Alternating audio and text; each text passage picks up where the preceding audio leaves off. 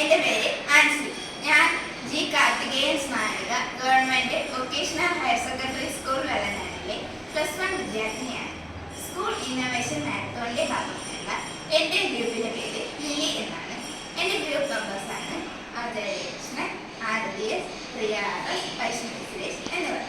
ഞങ്ങൾ 5 പേരും കണ്ടുപിടിച്ച ഒരു ഐഡിയയാണ് bio electric energy from organic waste. ഇത് ഒരു പൗൾട്രി ഷെഡിൻ്റെ ഈ വേസ്റ്റ് മാനേജ്മെൻറ്റിനെ ഇലക്ട്രിസിറ്റി ആക്കാനുള്ള ഒരു മാതൃകയാണ് ഇത്. ഈ മാതൃകയിൽ ഉള്ളത് poultry shed, manure pit, manure collection, power generator, gas digester, gas storage എന്നിവയൊക്കെയാണ്. ഇതിൻ്റെ പ്രവർത്തന രീതി എന്ന് പറഞ്ഞാൽ പൗൾട്രി ഷെഡിലുണ്ടാക്കുന്ന ഓർഗാനിക് വേസ്റ്റ് ആദ്യം മാനുവർ പിറ്റിലേക്ക് എത്തും. മാനുവർ പിറ്റിൽ നിന്ന് ഈ പൈപ്പ് വഴി മാനുവർ കളക്ഷൻ ട്രേക്ക് എത്തും.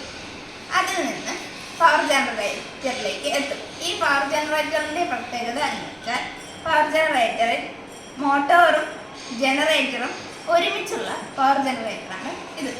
ഈ മോട്ടോറിൻ്റെ പ്രത്യേകത എന്ന് പറഞ്ഞാൽ അതിൽ പിസ്റ്റണുകളുണ്ട്. പിസ്റ്റൺ ഷാഫ്റ്റിനെ തിരിക്കും. ഷാഫ്റ്റിനെ തിരിക്കുമ്പോൾ കെമിക്കൽ എനർജി മെക്കാനിക്കൽ എനർജിയായി കൺവേർട്ട് ചെയ്യപ്പെടും. അതുവഴി ജനറേറ്റർ പ്രവർത്തിക്കാൻ തുടങ്ങും.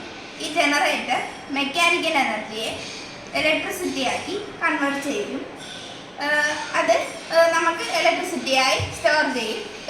ബാക്കി വരുന്ന എക്സസ് ഗ്യാസ് സ്റ്റോറേജിലേക്ക് നിറയും. അതും നമുക്ക് ഉപയോഗിക്കാൻ പറ്റും.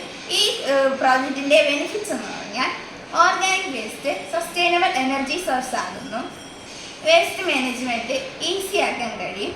ഇത് ഒരു അഡീഷണൽ ഇൻകം സോഴ്സായി മാറും. ഇത് green house gas emission reduce ആക്കുന്നു. ഇതിൻ്റെ സാധ്യതയുള്ള വെല്ലുവിളികൾ എന്ന് വെച്ചാൽ ഇനിഷ്യൽ ഇൻവെസ്റ്റ്മെൻറ്റ് കുറച്ച് കൂടുതലാണ്.